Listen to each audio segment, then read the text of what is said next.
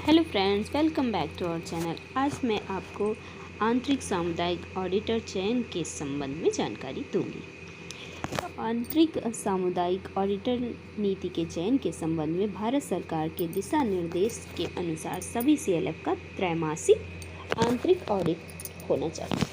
उक्त के क्रम में अवगत कराना है कि सभी संकुल स्तरीय संघ में आंतरिक सामुदायिक ऑडिटर का चयन किया जाना है। इसमें कि आपका संकुल स्तरीय संघ का गठन किया जाना है, जिसमें त्रैमासिक यानी कि 3 महीने में आपका ऑडिट होना चाहिए। इस संदर्भ में अनुमानित 290 इंटरनल सामुदायिक ऑडिटर का चयन किया जाना है। आंतरिक सामुदायिक ऑडिटर की संख्या का आकलन जनपद के संकुलों की संख्या के आधार पर होगा। यदि जनपद में 30 संकुल हैं तो 3 ऑडिटर एवं 50 संकुल हैं तो 5 ऑडिटर का चयन किया जाना है। एक ऑडिटर अधिकतम 10 संकुल की ऑडिट कर सकती है। भारत सरकार के मार्गदर्शिका के अनुसार सभी ऑडिटर का चयन संलग्न मापदंड के अनुरूप किया जाना है। मार्गदर्शिका का अंग्रेजी संस्करण संलग्न है। हिंदी संस्करण यथाशीघ्र प्रेषित किया जाएगा। प्राथमिक चरण में 410 मॉडल CLF में आंतरिक सामुदायिक ऑडिटर का चयन प्राथमिकता से किया जाना है। स्वयं सहायता समूह सामुदायिक ऑडिटर VO सामुदायिक ऑडिटर के चयन की प्रक्रिया CLF कार्यालय पर एवं CLF स्तरीय आंतरिक ऑडिटर का चयन जनपद स्तर पर होगी। सामुदायिक ऑडिटर की चयन प्रक्रिया में निम्नलिखित प्रक्रियाएं होंगी। सामुदायिक ऑडिटर के पैनल के गठन हेतु अधिसूचना SHG, VO और CLF के लिए सामुदायिक ऑडिटर के चयन की अधिसूचना सभी BMMU, CLF एवं VO कार्यालयों के नोटिस बोर्ड पर प्रदर्शित की जाएगी। चयन प्रक्रिया की प्रस्तावित तिथि एवं स्थान के संबंध में समस्त योग्य आवेदनकर्ताओं का मिशन स्टाफ एवं प्रशिक्षित कैडर द्वारा एक दिन पूर्व सूचित किया जाएगा। इसमें दोस्तों आपकी लिखित परीक्षा होगी, जिसमें कि CVO कार्यप्रणाली, संख्यात्मक क्षमता, तार्किक क्षमता, विश्लेषणात्मक क्षमता, बहुविकल्पी प्रश्न, वर्णनात्मक प्रश्न, न्यूनतम 1 घंटा आपको इसमें समय दिया जाएगा। ये आपके प्रश्न जो आएंगे इसके इस आधार पर आएंगे लिखित परीक्षा में। सेकंड है आपका दोस्तों, इसमें कुछ बिंदु दिए गए जिस पर मैं चर्चा कर रही हूँ। तकनीकी ज्ञान का आकलन करने के लिए एक साक्षात्कार का भी आयोजन किया जाएगा, यानी कि हो सकता है आपका कंप्यूटर पे भी प्रैक्टिकल लिया जा सकता है। थर्ड आपका है शॉर्ट लिस्ट किए गए उम्मीदवारों द्वारा ऑडिट रिपोर्ट संगठन के समक्ष साझा किया जाएगा, यानी कि आपका उसमें जो शॉर्ट लिस्ट किए जाएंगे, जो उसमें पास हो जाएंगे, उन्हीं को साक्षात्कार के लिए आगे भेजा जाएगा। जिन्होंने लिखित परीक्षा पास कर ली है उसके बाद उनको साक्षात्कार के लिए भेजा जाएगा। संचार क्षमता का परीक्षण करने समूह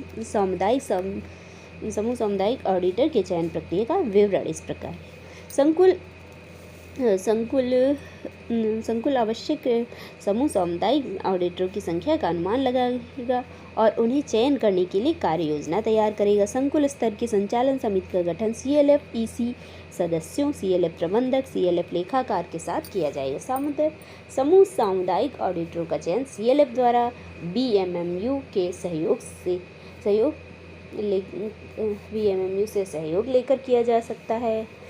प्रारंभिक स्क्रीनिंग VO द्वारा की जाएगी और शॉर्टलिस्ट किए गए उम्मीदवारों को CLF स्तरीय संचालन समिति द्वारा आगे की स्क्रीनिंग के लिए भेजा जाएगा। VO सामुदायिक ऑडिटर के चयन की प्रक्रिया का विवरण इस प्रकार। संकुल स्तरीय संचालन समिति द्वारा सामुदायिक ऑडिटर को नियुक्त करने संबंधी जानकारी भी SHG, VO और CLF को भी की जानी चाहिए। सामुदायिक ऑडिटरों के चयन के लिए स्क्रीनिंग प्रक्रिया में निम्नलिखित चरण शामिल होंगे। CLF स्तर पर संकुल स्तरीय संचालन समिति का गठन नोडल BMM ब्लॉक स्तरीय लेखाकार के सहयोग से और संकुल EC में से कम 5 सदस्यों द्वारा गठित किया जाएगा। BMMU सामुदायिक ऑडिटरों के चयन के लिए आवश्यक सहयोग व सहायता प्रदान करेगा। संचालन समिति ब्लॉक में VO ऑडिट के लिए आवश्यक आंतरिक सामुदायिक ऑडिटर की संख्या का अनुमान लगाएगी और चयन करने के लिए एक योजना तैयार करेगी। उम्मीदवारों के आवेदन संबंधी CLF को जमा किए जाएंगे। VO ऑडिटरों का चयन संकुल स्तरीय संचालन समिति द्वारा किया जाएगा। प्राप्त आवेदनों की प्रारंभिक जांच CLF द्वारा की जाएगी और शॉर्ट लिस्ट किए गए उम्मीदवारों को संकुल स्तरीय संचालन समिति द्वारा आगे की स्क्रीनिंग के लिए बढ़ाया जाएगा। संकुल सामुदायिक ऑडिटर के लिए जनपद स्तर पर संचालन समिति का गठन जनपद के प्रत्येक CLF के प्रतिनिधियों, DMM और DMMU लेखाकार के साथ किया जाएगा। मुख्य विकास अधिकारी, अध्यक्ष एवं उपायुक्त स्वतः रोजगार जनपद स्तरीय संचालन समिति के संयोजक होंगे। संचालन समिति जनपद में CLF ऑडिट के लिए आवश्यक आंतरिक संकुल सामुदायिक ऑडिटरों का चयन DMMU स्तर पर संचालन समिति द्वारा किया जाएगा।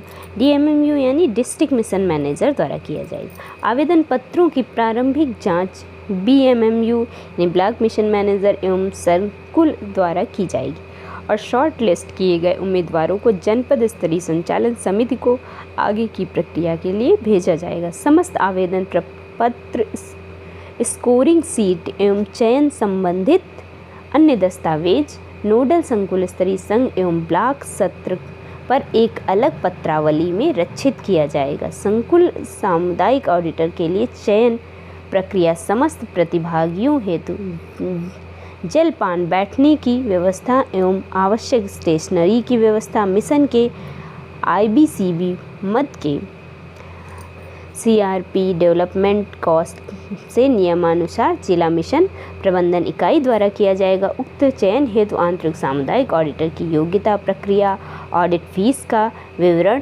संलग्न पॉलिसी में है। चयन के पश्चात चयनित संकुल स्तरीय सामुदायिक ऑडिटर की सूची एवं स्कोरिंग सीट अनिवार्य रूप से मिशन मुख्यालय को प्रेषित किया जाएगा। सभी जनपदों को निर्देशित किया जाता है कि 20 जून 2024 तक CLF सामुदायिक आंतरिक ऑडिटर का चयन पूर्ण किया जाना अनिवार्य है। उक्त के संबंध में आवश्यक कार्रवाई करना सुनिश्चित है। तो दोस्तों, इसका पूरा मैंने आपको बता दिया कि चयन प्रक्रिया क्या है, कैसे चयन होगा, लिखित परीक्षा में होगा या आपका साक्षात्कार होगा, कैसे क्या होगा, ये सारा कुछ मैंने बता दिया है आपको। दोस्तों, इसमें अब बात आ जाती है मानदेय की। तो मानदेय दोस्तों अभी इसका निश्चित नहीं किया गया है, इसलिए इसमें लिखा नहीं, लेकिन मानदेय आपको अच्छा मिलेगा क्योंकि ये ऑडिट की जॉब है इसलिए। तो दोस्तों, जानकारी पसंद आई हो तो प्लीज़ लाइक कीजिएगा और आगे भी अपने दोस्तों को शेयर कीजिएगा। और अगर कुछ पूछना हो आपको तो प्लीज़ कमेंट कीजिएगा। और अगर आप चैनल पर नए हैं तो प्लीज़ चैनल को सब्सक्राइब कर लीजिएगा। मिलते हैं अपने नेक्स्ट वीडियो में, तब तक के लिए दोस्तों थैंक यू।